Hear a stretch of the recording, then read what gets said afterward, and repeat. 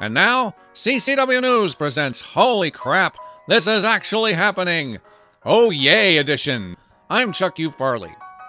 The big news that won't be reported this week is that finally released body cam footage proves the initial reporting that Paul Pelosi opened the door himself, which means that NBC was so shocked that they aired actual facts, they immediately suspended the reporter who did so.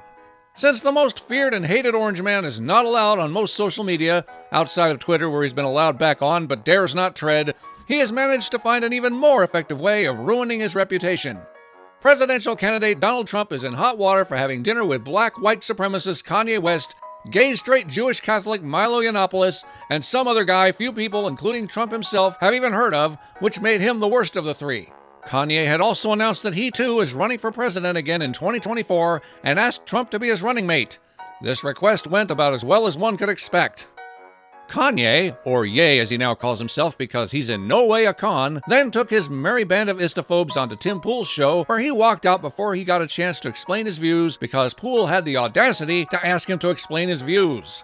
This altercation, which did not involve Trump in any way, was all Trump's fault anyway.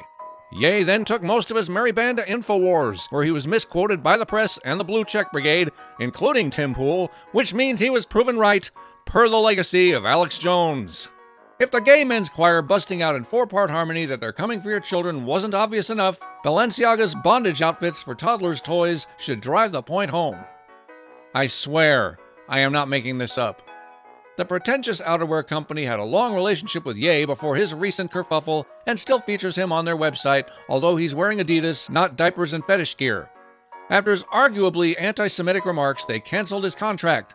One wonders which side has the higher standards. Decent human beings were understandably upset by the thinly veiled child trafficking photo shoot, complete with precariously placed paperwork discussing child porn and framed news articles about infamous child abusers in the background.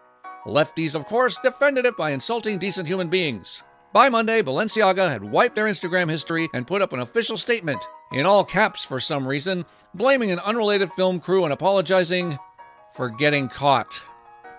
In wholly unrelated news, the Taliban continues to defend its policy of public floggings even after worldwide criticism from several Western entities, including United Nations Human Rights Office and the already soundly spanked Biden administration, who won't do a blessed thing, per usual.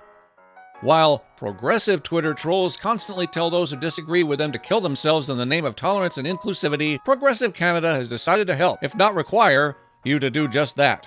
Since passing the revised Bill C-7 last year, their push for medically assisted death now encompasses pain, poverty, and the mentally ill, which puts most Canadians on the death list.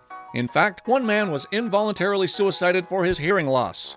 Now Canada is saving loads of money on their socialized healthcare by increasing the number of assisted suicides. In fact, this past year it accounted for 2% of Canada's total deaths. One wonders what or who their lockdowns were protecting them from. Once again, Canada gets everything wrong. But hey, socialism. It's not just for standing in line for breakfast anymore. For CCW News, this has been Holy Crap, This Is Actually Happening. I'm Chuck U. Farley. Good night, and may God help us.